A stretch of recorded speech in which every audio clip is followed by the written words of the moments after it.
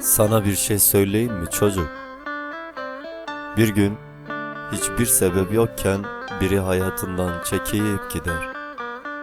O öyle bir gider ki gözü kör olan ölüm onun arkasından 7 milyar insanı öldürür de gider. Öldürür de gider.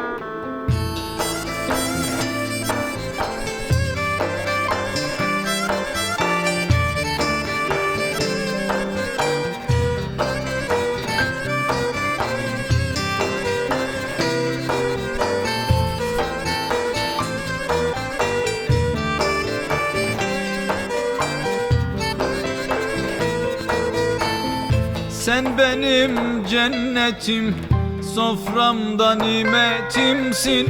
Gökteki yıldızım, sen benim sevda türküm. Sen benim cennetim, soframda nimetimsin. Gökteki yıldızım, sen benim sevda türküm. Ben sana gülüm demem, elden ele gezinir. Ben sana canım demem, ara sıra sıkılır. Ben sana aşkım demem, aşkın sonu nefreti. Ben sana gözüm demem, gözüm sensiz hasreti. Ben sana gülüm demem, elden ele gezinir. Ben sana canım demem, ara sıra sıkılır. Ben sana aşkım demem, aşkın sonu nefreti. Ben sana gözüm demem, gözüm sensiz hasreti. Herkesin öldüğü sandığın bu dünyada sen yaşamaya devam edersin. O gün aklında bir şair doğacaktır. Sana haydi bir kalem al da ona olan aşkını yaz diyecekler. Yazma, ben çok yazdım çocuk, kimseler geri gelmedi.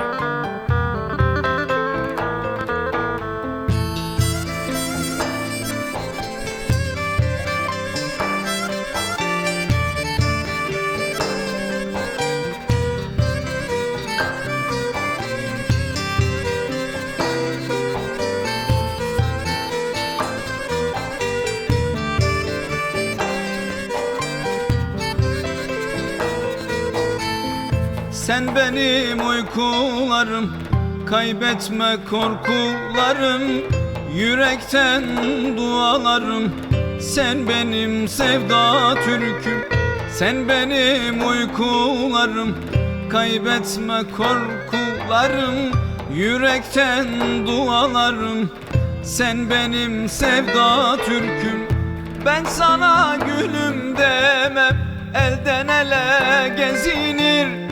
Ben sana canım demem, ara sıra sıkılır.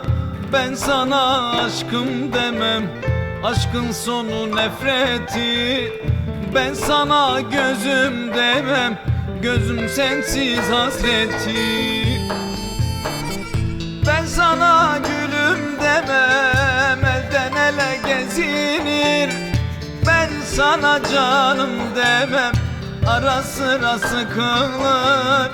Ben sana aşkım demem, aşkın sonu nefreti. Ben sana gözüm demem, gözüm sensiz hasreti. Ben sana gülüm demem, elden ele gezinir. Ben sana canım demem, ara sıra